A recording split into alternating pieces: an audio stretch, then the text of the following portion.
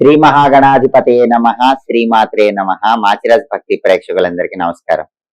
మే 1వ తేదీ నుంచి మే 10వ తేదీ వరకు గ్రహాల సంచారం ఏ విధంగా ఉందో, గ్రహాల సంచారం బట్టి ఏ గ్రహాలు యోగిస్తున్నాయో ఏ గ్రహాలు యోగించటం లేదో, అనుకూలించే గ్రహాల అనుకూలత పెంచుకోవటానికి, ప్రతికూలత ఉన్న గ్రహాల ప్రతికూలత తగ్గింపజేసుకోవటానికి ద్వాదశ రాశుల వాళ్ళు ఎలాంటి పరిహారాలు చేసుకోవాలో, ఏ దేవీ దేవతల ఆలయ దర్శనం చేసుకోవాలో, ఏ మంత్రాలు చదువుకోవాలో, ఏ స్తోత్రాలు వినాలో, గోమాతకు ఎలాంటి ఆహారం తినిపించాలో, ఈ 10 రోజుల్లో మేషాది ద్వాదశ రాశులకి రాశి ఫలితాలు ఏ విధంగా ఉండబోతున్నాయో ఈ వీడియోలో మనం తెలుసుకుందాం. తదుపరి కుంభరాశి. కుంభరాశి వాళ్ళకి మే 1వ తేదీ నుంచి మే 10వ తేదీ మధ్యలో గ్రహాల సంచారాన్ని, పాటించాల్సిన పరిహారాలని, ఫలితాలను పరిశీలించినట్లయితే మే 1వ తేదీ నుంచి మే 10వ తేదీ మధ్యలో కుంభరాశి వాళ్ళకి సూర్యుడు 3వ స్థానంలో సంచారం చేస్తూ బ్రహ్మాండంగా యోగిస్తున్నాడు. సూర్యుడు 3వ స్థానంలో ఉన్నప్పుడు ఆఫీసులో బ్రహ్మాండంగా ఉంటుంది. ఆ సంచారం యోగిస్తుంది కాబట్టి సహోద్యోగులు మీకు అనుకూలంగా ఉంటారు, బాస్ మీకు అనుకూలంగా ఉంటాడు, మీ కష్టానికి తగిన రికగ్నైజేషన్ వస్తుంది, మీ కష్టానికి తగిన ఇంక్రిమెంట్ వస్తుంది, కావలసిన చోటికి ట్రాన్స్ఫర్ వచ్చే అవకాశం ఉంటుంది. ఆఫీస్ పరంగా బ్రహ్మాండమైన అనుకూలత 3వ స్థానంలో సూర్యుడు కుంభరాశి వాళ్ళ కలిగింపజేస్తాడు. ఆరోగ్యం కూడా బాగుంటుంది. ఇంతకు ముందు ఉన్న అనారోగ్యాలన్నీ తొలగింపజేసుకొని చక్కటి ఆరోగ్య ప్రాప్తిని కుంభరాశి వాళ్ళు పొందగలుగుతారు. రాజకీయాల్లో కూడా మంచి మంచి పదవులు లభించే అవకాశం ఈ సమయంలో ఉంది. వ్యవసాయదారులు కూడా వ్యవసాయ రంగంలో మంచి లాభాలు అందిపుచ్చుకునే విధంగా ముందడుగు వేస్తూ ఉంటారు. దీర్ఘకాలిక అనారోగ్య సమస్యల నుంచి బయటపడతారు. తండ్రి సపోర్ట్ బాగుంటుంది. తండ్రితో విభేదాభిప్రాయాలు ఏవి కూడా ఉండవు. ఈ ప్రయోజనాలన్నీ కూడా 3వ స్థానంలో సూర్యుడి సంచారం వల్ల కుంభరాశి వాళ్ళు మే 1వ తేదీ నుంచి మే 10వ తేదీ వరకు పొందుతారు. అలాగే బుధుడు 3వ స్థానంలో వ్యతిరేక ఫలితాలు ఇస్తున్నాడు. అంటే కుంభరాశి వాళ్ళకి బుధుడి సంచారం అనుకూలంగా లేదు. కాబట్టి బుధుడు అంటే విద్య, ఉద్యోగ, వ్యాపార రంగాలు కాబట్టి కుంభరాశి విద్యార్థులు బాగా హార్డ్ వర్క్ చేస్తేనే ఈ 10 రోజుల్లో ర్యాంకులు వస్తాయి. హార్డ్ వర్క్ చేయకపోతే ర్యాంకులు రావటం కష్టం. కుంభరాశి నిరుద్యోగులు కూడా ఎంత బాగా కష్టపడి ప్రిపేర్ అయ్యి ఇంటర్వ్యూలకు వెళ్ళినా లాస్ట్ మూమెంట్ లో లాస్ట్ ఇంటర్వ్యూలో ఫెయిల్ అయిపోయే అవకాశం ఉంటుంది. లాస్ట్ రౌండ్ లో ఇబ్బంది వస్తుంది. మీకు జాబ్ రాకుండా ఉండటానికి అవకాశం ఉంది. అలాగే వ్యాపారంలో కూడా ఒడిదుడుకులు ఉంటాయి.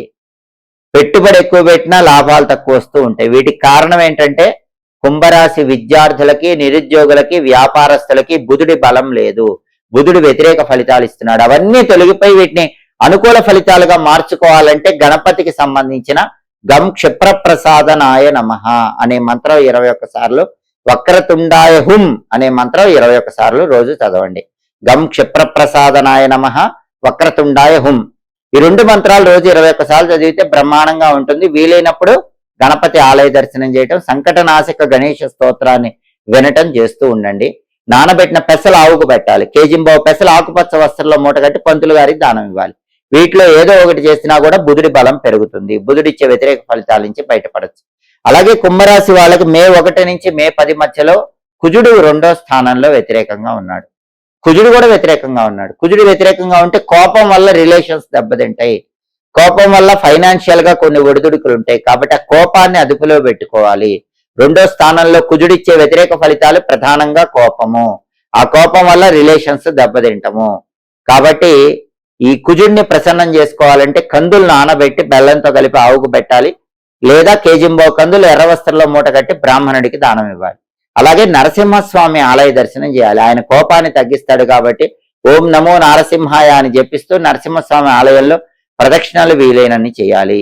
అలా చేసినట్లయితే గనక నరసింహస్వామి అనుగ్రహం కలుగుతుంది.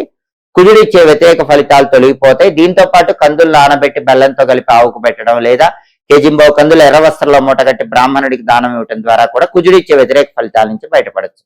అయితే కుంభరాశి వాళ్ళకి శుక్రుడు బ్రహ్మాండంగా ఉన్నాడు. శుక్రుడు 4వ స్థానంలో విశేషంగా యోగిస్తున్నాడు. అంటే కళారంగంలో ఉన్న కుంభరాశి వాళ్ళకు బాగుంటుంది. సినిమా, టీవీ రంగాల్లో, సంగీత, నాట్య రంగాల్లో ఉన్నటువంటి కుంభరాశి వాళ్ళకు బ్రహ్మాండమైన అనుకూలత ఉంటుంది. గుర్తింపు, డబ్బు 2 వస్తాయి. అలాగే శుక్రుడు యోగిస్తున్నాడు కాబట్టి టెక్స్టైల్, లేడీస్ ఎంపోరియం, బొటిక్ లాంటి వ్యాపారాల్లో కూడా మంచి లాభాలు వచ్చే అవకాశం కుంభరాశి వాళ్ళకి 10 రోజుల్లో ఉంది. భార్యాభర్తల మధ్య అన్యోన్యత బాగుంటుంది. రిలేషన్స్ అనుకూలంగా ఉంటాయి. ఇంటికి అవసరమైన వస్తువులన్నీ కూడా కొనుగోలు చేస్తారు. ఈ ప్రయోజనాలన్నీ కూడా 4వ స్థానంలో శుక్రుడి వల్ల కుంభరాశి వాళ్ళు పొందుతారు. అంటే మే 1వ తేదీ నుంచి మే 10వ తేదీ మధ్యలో 10 రోజుల ఫలితాలు చూసే 4 గ్రహాలలో కుంభరాశి వాళ్ళకి రవి అద్భుతంగా యోగిస్తున్నాడు, అలాగే శుక్రుడు అద్భుతంగా యోగిస్తున్నాడు.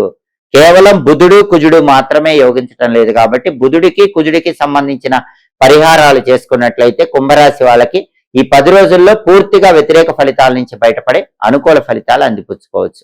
సహజంగా ఎప్పుడైనా ఎక్కడైనా ఇంటి నిర్మాణం జరిగేటప్పుడు కానీ ఇల్లు పూర్తయిన తర్వాత కానీ వాస్తు దోషాలున్నాయేమో అనే సందేహం అందరిలో ఉంటుంది.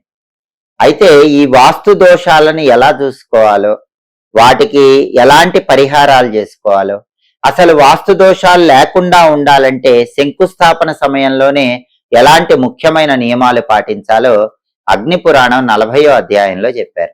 అగ్నిపురాణం 40వ అధ్యాయం ఏం చెప్తుందంటే, ఒకప్పుడు బ్రహ్మదేవుడి ముఖం నుంచి ఒక భయంకరమైనటువంటి ఆకారం బయటకు వచ్చింది. ఆ ఆకారం వల్ల దేవతలందరూ కూడా భయపడిపోతూ ఉంటే విష్ణుమూర్తి ఆదేశం ప్రకారం ఇంద్రుడు ఆ ఆకారాన్ని ఒక సూక్ష్మ రూపంలోకి మార్చి భూమి కింద పాతి పెడతాడు. ఆ ఆకారమే వాస్తు పురుషుడు అని అగ్నిపురాణం 40వ అధ్యాయంలో చెప్పారు. ఇంద్రుడు ఆ ఆకారం శక్తిని పోగొట్టాడు కాబట్టి వాస్తు పురుషుడికి అధిపతి ఇంద్రుడు. ఇంద్రుణ్ణి వాస్తోష్పతి అనే పేరుతో పిలుస్తారు. అందుకే ఎక్కడైనా ఒక స్థలంలో మనం ఇల్లు కట్టుకునే ముందు శంకుస్థాపన చేసే సమయంలో ఇంద్రుణ్ణి తప్పకుండా మనస్సులో పూజా సమయంలో స్మరించుకోవాలి. ఇంద్ర గాయత్రి మంత్రం అని ఉంటుంది. ఆ ఇంద్ర గాయత్రి మంత్రాన్ని స్మరించుకోవటం లేదా ఇంద్రుడికి సంబంధించిన పూజ చేయటం చేయాలి. అయితే అగ్నిపురాణం 40వ అధ్యాయం ప్రకారం ఎవరైనా సరే ఒక స్థలంలో ఇంటి నిర్మాణం చేసుకునేటప్పుడు ఆ స్థలం అనేది దీర్ఘ చతురస్రాకారంలో గాని చతురస్రాకారంలో కానీ ఉండాలని అగ్నిపురాణంలో చెప్పారు. అంటే మనం తీసుకునే బిట్ అనేది స్క్వేర్ బిట్ అయి ఉండాలి లేదా రెక్టాంగిల్ బిట్ అయి ఉండాలి. 1,00,000 మంది జనాభా దాటితే మాత్రం ఈ నియమం వర్తించదని అగ్నిపురాణంలో ఉంది. కాబట్టి ఏ ప్రదేశంలోనైనా జనాభా 1,00,000 మంది దాటితే గనక అప్పుడు దీర్ఘ చతురస్రాకారం లేకపోయినా ఏ స్థలంలోనైనా మనం ఇంటి నిర్మాణం చేసుకోవచ్చు. అలాగే శంకుస్థాపన పూజ చేసేటప్పుడు అందరూ కూడా ఆ శంకుస్థాపన సమయంలో ఒక గుంట తవ్వుతారు. ఆ గుంట లోపల పూజ చేసేటప్పుడు అక్షింతలు ఉపయోగిస్తారు. కానీ ఆ అక్షింతలు ఘృత అక్షతలు అయ్యి ఉండాలని, అప్పుడే ఫలితం పూర్తిగా ఉంటుందని అగ్నిపురాణంలో చెప్పారు. అంటే ఆ అక్షింతల్లో నెయ్యి పెరుగు 2 కూడా కలపాలి. అలాంటి అక్షింతలే శంకుస్థాపన పూజలో వినియోగించాలి. చాలా మంది ఏం చేస్తారంటే శంకుస్థాపన చేసేటప్పుడు కూడా పసుపు కలిపిన అక్షింతలతో శంకుస్థాపన దగ్గర పూజ చేస్తారు. కానీ అగ్నిపురాణం ప్రకారం అలా చేయకూడదు. అక్షింతల్లో పెరుగు నెయ్యి కలిపి ఆ అక్షింతలతో శంకుస్థాపన సమయంలో పూజ చేయాలి. శంకుస్థాపన ఎక్కడైతే చేస్తామో ఆ ఖాళీ ప్రదేశంలో తప్పకుండా గోమయం అక్కడక్కడ ఉండాలి, ఆవు పంచకం చల్లాలి. అప్పుడే అక్కడ మనం ఇల్లు కడితే శుభ ఫలితాలు చేకూరతాయి. అలాగే ఇంకొక ముఖ్యమైన విషయం ఏంటంటే, ఎప్పుడైనా సరే ఇంటి నిర్మాణం ప్రారంభించే ముందు శంకుస్థాపన జరుగుతూ ఉంటే ఆ స్థలంలో దక్షిణం వైపు తప్పనిసరిగా యమధర్మరాజుకు నైవేద్యం పెట్టాలి. యమాయ నమః అనుకుంటూ ఆ స్థలానికి దక్షిణం వైపు యమధర్మరాజుకు శంకుస్థాపన సమయంలో నైవేద్యం పెట్టాలి. కొంతమంది ఆ నైవేద్యం పెట్టరు. అలా పెట్టకపోతే గనక ఇంటి నిర్మాణం చేసేటప్పుడు స్లాబులు కూలిపోవటం, లేకపోతే ఎవరైనా వర్కర్స్ కి దెబ్బలు తగలటం, ఇలాంటి ఇబ్బందులు ఎదురయ్యే అవకాశం ఉంటుందని అగ్నిపురాణంలో చెప్పారు. కాబట్టి యమధర్మరాజుకు నైవేద్యం శంకుస్థాపన సమయంలో తప్పకుండా పెట్టాలి. అలాగే ఆరోగ్య దేవతలని కొంతమంది ఉంటారు, అనారోగ్య దేవతలని కొంతమంది ఉంటారు. అనారోగ్య దేవతలు ఆ స్థలంలో మనం ఇల్లు కట్టుకున్నాక అనారోగ్యం కలిగింపజేయకుండా ఉండటానికి శంకుస్థాపన సమయంలో అన్నం వార్చిన గంజిని కూడా ఆ శంకుస్థాపన దగ్గర నైవేద్యంగా సమర్పించాలి.